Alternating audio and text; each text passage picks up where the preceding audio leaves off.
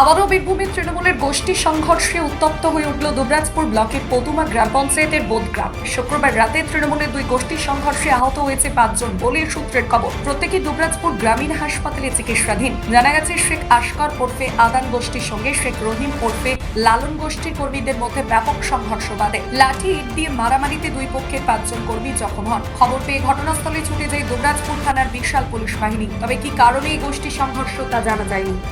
বলতে এটা কিছুদিন ধরে আগে থেকে ঠিক আছে, আমাদের একটু গোষ্ঠী দ্বন্দ্ব মতন চলছিল, ঠিক আছে।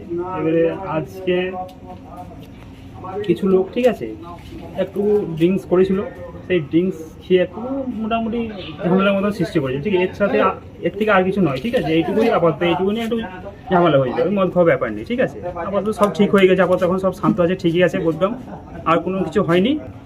ঝামেলা হয়েছে না, ওরা পার্টি অফিসে যায় না, ওরা থাকে মাচাতে। আর তরুণদা বলেছে না, যেতে গেলে পার্টি অফিসে যেতে হবে। হ্যাঁ, পার্টি অফিসে একসাথে মিলেমিশে কাজ করো, সবার সঙ্গে ভালোবেসে কাজ করো। হ্যাঁ, সবাই একসাথে মিলেমিশে কাজ করো, কিন্তু মাচা চলবে না, মিচি পাড়া মাচা চলবে না। হ্যাঁ, ওই মাছাতে কি হয়? মাচাতে ওই যেটা হয় ওই বেশি গল্প আড্ডি।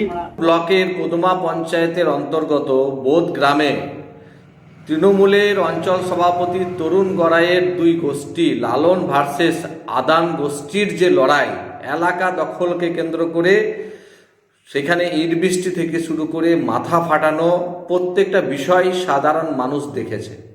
লজ্জা লাগে যে দলে কোনো নীতি নেই, গোষ্ঠীর ওপরে গোষ্ঠী, তারপরেও তৃণমূলের নেতারা স্বীকার করে না যে তাদের দলের মধ্যে গোষ্ঠীকন্দল আছে এবং মানুষ এই সমস্ত কিছু থেকে পরিত্রাণ চাইছে। তারপরেও আজকে ক্ষমতার যেভাবে অপব্যবহার করে সমাজে যেভাবে অশান্তি তৈরি করছে, এর জন্য দায়ী তৃণমূল কংগ্রেস। মানুষ ঠিক সময়ে তার জবাব দেবে। মানুষ চায় শান্তি, মানুষ চায় উন্নয়ন।